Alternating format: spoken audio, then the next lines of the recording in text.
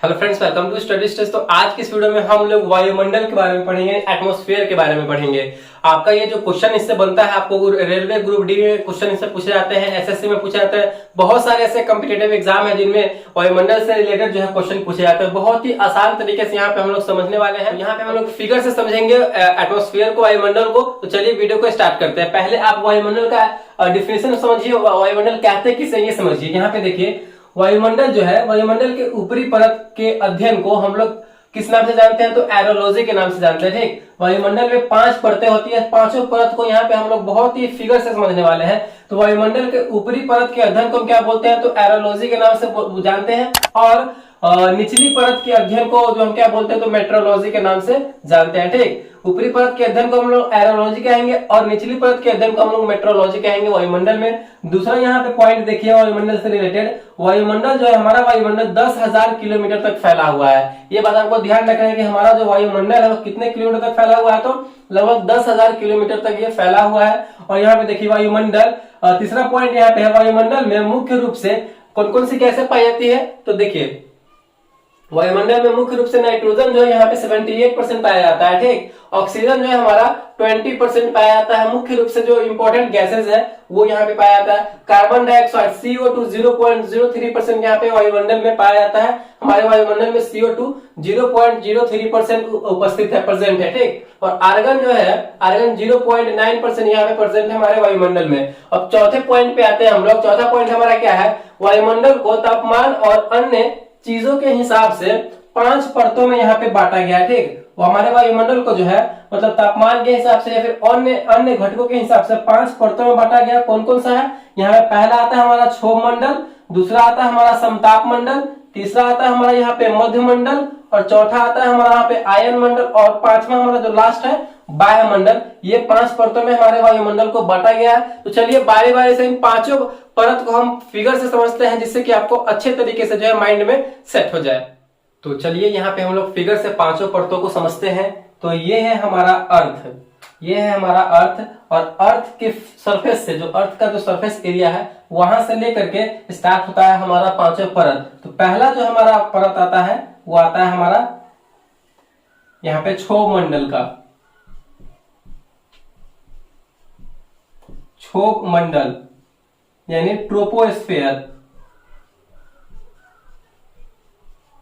Troposphere पहले परत में समझिए, ट्रोपोस्फेयर क्षोभ मंडल जो आता है, इसको जो है हम संवहन मंडल के नाम से भी जानते हैं, संवहन मंडल। ठीक, इस बात का ध्यान रखिएगा। आपसे अगर एग्जाम में पूछा जाए कि क्षोभ मंडल को और किस नाम से जाना जाता है, तो क्षोभ मंडल को जो है संवहन मंडल के नाम से जाना जाता है। क्षोभ मंडल में कौन कौन सी घटनाएं होती हैं, कौन कौन सी क्रियाएं होती है, वो समझिए। क्षोभ मंडल जो होता है हमारा, वो यानी 18 किलोमीटर, यानी सरफेस जो अर्थ का जो सरफेस एरिया, वहां से लेकर के 18 किलोमीटर तक फैला हुआ है हमारा क्षोभ मंडल। ठीक, तो क्षोभ मंडल कितने किलोमीटर तक फैला हुआ है? तो 18 किलोमीटर तक फैला हुआ है। क्षोभ मंडल में क्या क्या होता है? तो यहाँ पे मौसमी घटनाएं, मौसमी घटनाएं, मौसमी घटनाएं कहने का मतलब क्या है? जो बादल छाए हुए रहते हैं, ठीक, जो जलवाष्प होता है, जो आंधी तूफान हो गया, यहाँ पे बारिश का मौसम हो गया, बारिश वारिश, ये सब किसमें होता है? तो सब हमारा ये क्षोभ मंडल में ही होता है। इस बात को ध्यान रखिएगा। बारिश हो गया, आंधी तूफान हो गया, बादलों का गरजना हो गया, ये सब मौसमी घटनाएं किसमें होती है? तो क्षोभ मंडल में होती है, यानी ट्रोपोस्फेयर में होती है। ठीक, यहाँ पे जो है तापमान भी काफी मतलब रहता है। तापमान में यहाँ पे बढ़ा हुआ रहता है, यानी टेम्परेचर जो है हाई रहता है। और यहाँ पे जो है, यहाँ पे ग्रीन हाउस इफेक्ट भी इसी में होता है, ग्रीन हाउस प्रभाव। ग्रीन हाउस प्रभाव हम आपको अलग से बताएंगे, ग्रीन हाउस प्रभाव क्या होता है। आपसे अगर पूछा जाए कि ग्रीन हाउस प्रभाव वायुमंडल के किस परत में होता है, तो ग्रीन हाउस प्रभाव जो है वायुमंडल के क्षोभ मंडल में होता है। इस बात का ध्यान रखना है। तो ये आपको समझ में आ गया होगा। क्षोभ मंडल में 18 किलोमीटर तक फैला हुआ है। चलिए अगले परत की ओर चलते हैं। अगला परत जो हमारा है, ये जो हमारा है समताप मंडल, समताप मंडल। और ये हमारा क्षोभ मंडल होगा। क्षोभ मंडल से ऊपर की ओर जाएंगे 50 किलोमीटर तक के रेंज में, तो हमारा समताप मंडल आता है। समताप मंडल में देखिए क्या होता है, समताप मंडल में जो है मौसमी घटनाएं इसमें नहीं होती हैं, ठीक, यानी बादल उधर गरज उसमें नहीं गरजता है, मतलब ये बारिश हो गया इसमें कुछ भी नहीं होता। यहाँ पे जो है, यहाँ पे क्षोभ मंडल के 10 किलोमीटर के ऊपर का जो एरिया है, ये वाला एरिया, इसमें जो है हमारा हवाई जहाज चलता है। हवाई जहाज कहने का मतलब एरोप्लेन, जो भी एरोप्लेन हो गया, हेलीकॉप्टर हो गया, वो सब जो है यहाँ पे हमारे समताप मंडल में चलता है। इस बात का हम आपको ध्यान रखना है। यहाँ भी तापमान जो है, टेम्परेचर समान समान ही रहता है, जो जितना टेम्परेचर हमारे क्षोभ मंडल में रहता है उसी के आसपास हमारे यहाँ पे समताप मंडल में भी रहता है। ग्रीन हाउस इफेक्ट इसमें नहीं होता है, इस बात का ध्यान रखना है। और हवाई जहाज जो हो गया, हेलीकॉप्टर वगैरह, एरोप्लेन वगैरह कौन से मंडल में चलते हैं, तो यहाँ पे समताप मंडल में चलते हैं, ठीक। समताप मंडल में ही हमारा इस वाले एरिया में ही स्थित होता है हमारा ओजोन परत। ओजोन परत, ये ध्यान रखना है। अगर पूछा जाए आपसे क्वेश्चन, यहाँ पे क्वेश्चन में कि ओजोन परत जो है, ओजोन लेयर किस मंडल में पाया जाता है, तो आपको क्या आंसर लगाना है, समताप मंडल में हमारा जो है ओजोन परत पाया जाता है, ठीक। और ओजोन परत को अगर नापने की जो इकाई है उसको किस चीज में नापते हैं, तो डॉप्सन में।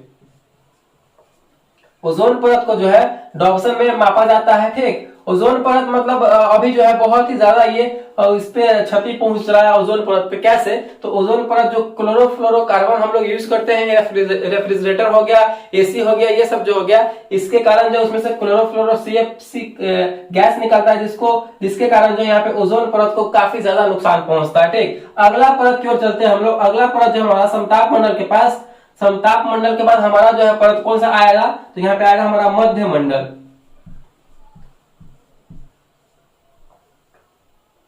50 किलोमीटर तक का एरिया यहाँ से था, 50 किलोमीटर से ऊपर तक के एरिया में जाएंगे तो हमारा आता है 80 किलोमीटर तक के रेंज में। 80 किलोमीटर 50 से 30 किलोमीटर ऊपर जाएंगे तो हमारा मध्य मंडल आएगा। समताप मंडल से ऊपर जाएंगे 30 किलोमीटर तो मध्य मंडल आएगा। मध्य मंडल में देखिए क्या होता है, मध्य मंडल में बहुत ही इंपॉर्टेंट काम होता है जो हमको पृथ्वी, मतलब पृथ्वी जिसके कारण बच पाती है, वो क्या, देखिए मध्य मंडल हमारा जो पृथ्वी है वो पूरे अंतरिक्ष में है, अंतरिक्ष में पूरा फैला हुआ है पृथ्वी। तो अंतरिक्ष में बहुत सारे उल्का पिंड आते रहते हैं पृथ्वी की ओर, तो जो उल्का पिंड यहाँ से आते रहते हैं, तो ये जो मध्य मंडल है हमारा, यहाँ पे लिखते हैं उल्का पिंड। तो मध्य मंडल क्या करता है, इस उल्का पिंड को अपने ही यहीं पे समाप्त कर देता है, जिसके कारण जो है यहाँ पे उल्का पिंड हमारे पृथ्वी तक नहीं पहुंच पाता है और पृथ्वी जो है बची रहती है। उल्का पिंड अगर पृथ्वी पे आ जाए तो पृथ्वी का तहस नहस हो जाएगा, कहीं हर जगह जगह ब्लास्ट हो जाएंगे, जीवन यहाँ पे जो है मतलब असंभव हो जाएगा। तो उल्का पिंड को हम बताता है कौन, मध्य मंडल बताता है उल्का पिंड को यहाँ से आने के लिए, यहाँ तक आने के लिए, ठीक। तो उल्का पिंड का ये मध्य मंडल का ये काम हो गया। उसके ऊपर जाते हैं, मध्य मंडल के बाद जो हमारा आएगा, यहां पे जो आएगा हमारा आयन मंडल आएगा। आयन मंडल, आयनोस्फीयर। देखिए आयन मंडल में क्या होता है, आयन मंडल में जो है यहाँ पे जो सैटेलाइट वगैरह लगे रहते हैं, जैसे कि रेडियो तरंग वहां से परावर्तित होती है। यहाँ पे आयन मंडल में सैटेलाइट जो भी सैटेलाइट होता है, बड़ा बड़ा सैटेलाइट सब आयन मंडल में ही स्थित होता है। और यहाँ पे रेडियो तरंग, टेलीविजन वगैरह हो गया, मोबाइल जो कनेक्टर होता है वो हो गया, आपका रेडियो हो गया, वो सब कहां से परावर्तित होती है, तो आयन मंडल से ही यहाँ से परावर्तित होती है, ठीक। ये हमारा आयन मंडल। आयन मंडल का आप ऊपर जाएंगे तो हमारा सबसे लास्ट वाला जो मंडल होता है वो हमारा हो गया बहिर्मंडल। बहिर्मंडल यानी बाह्य मंडल, जो सबसे बाहरी मंडल होता है, ठीक। तो ये यहाँ पे वायुमंडल के आगे जाएंगे तो बहुत सारा गैस वगैरह होगा, H2O, बहुत सारा मतलब गैस वगैरह होगा। तो यही सब था हमारा 5 लेयर, क्षोभ मंडल, समताप मंडल, मध्य मंडल, आयन मंडल और सबसे लास्ट हमारा है बहिर्मंडल। तो ये सब था हमारा जो पांचों परत। मैंने आपको बहुत ही अच्छे तरीके से फिगर से समझा दिया है यहाँ पे। तो आई होप आपको ये बहुत ही अच्छे तरीके से समझ में आया होगा। तो प्लीज वीडियो को लाइक कीजिएगा, चैनल पर नया हो तो चैनल को सब्सक्राइब जरूर कीजिएगा। Thank you.